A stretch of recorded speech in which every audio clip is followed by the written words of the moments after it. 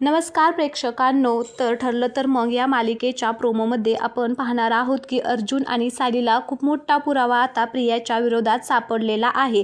तर आता अर्जुन आणि सायली वंदना जाधवला भेटायला गेलेले असतात। तर तिथे गेल्यानंतर आता ते तिला कॅफेमध्ये घेऊन जातात, म्हणजे सगळी माहिती आता तिच्याकडून काढून घ्यायची असते।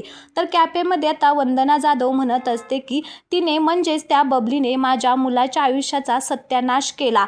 जे काही तिने तिच्या मुलाबरोबर खेळताना केलं होतं ते इथे आता आपल्याला पाहायला मिळणार आहे की आता कशी बबली तिच्या मुलाबरोबर भांडण करत होती आणि त्याला एकदम असं जोरात मारत होती।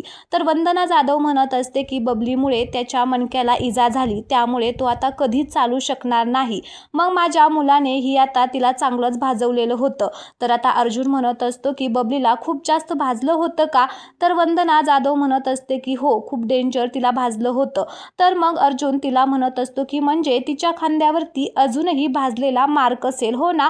तर वंदना जाधव आता जे काही सांगणार आहे ते आपण पुढे पाहूया। त्याआधी इकडे आता आपण पाहतोय की प्रिया आता त्यांचा पाठलाग करत बाहेर आलेली असते, पण तिला अर्जुन आणि सायली नक्की कुठे गेले आहेत तेच दिसत नाही। मग ती मनामध्येच म्हणत असते की अर्जुन सायली सदामैनाकडे तर जाणार नाहीत आणि ती आता तिकडे शांताला पण भेटायला पनवेलला जाणार नाहीत, कारण ती तिकडे गेलेली आहे। असं म्हणून आता ते दोघे कुठे गेले असतील याचा आता विचार करत असते। तर मग आता इकडे वंदना जाधव म्हणत असते की हो, तिच्या खांद्यावरती आता तो मार्क अजूनही आहे। तर मग अर्जुन म्हणत असतो की तुम्ही जे काही आता आम्हाला सांगितलेलं आहे ते तुम्ही सगळं आमच्या घरी येऊन सांगू शकताल का सगळ्यांसमोर?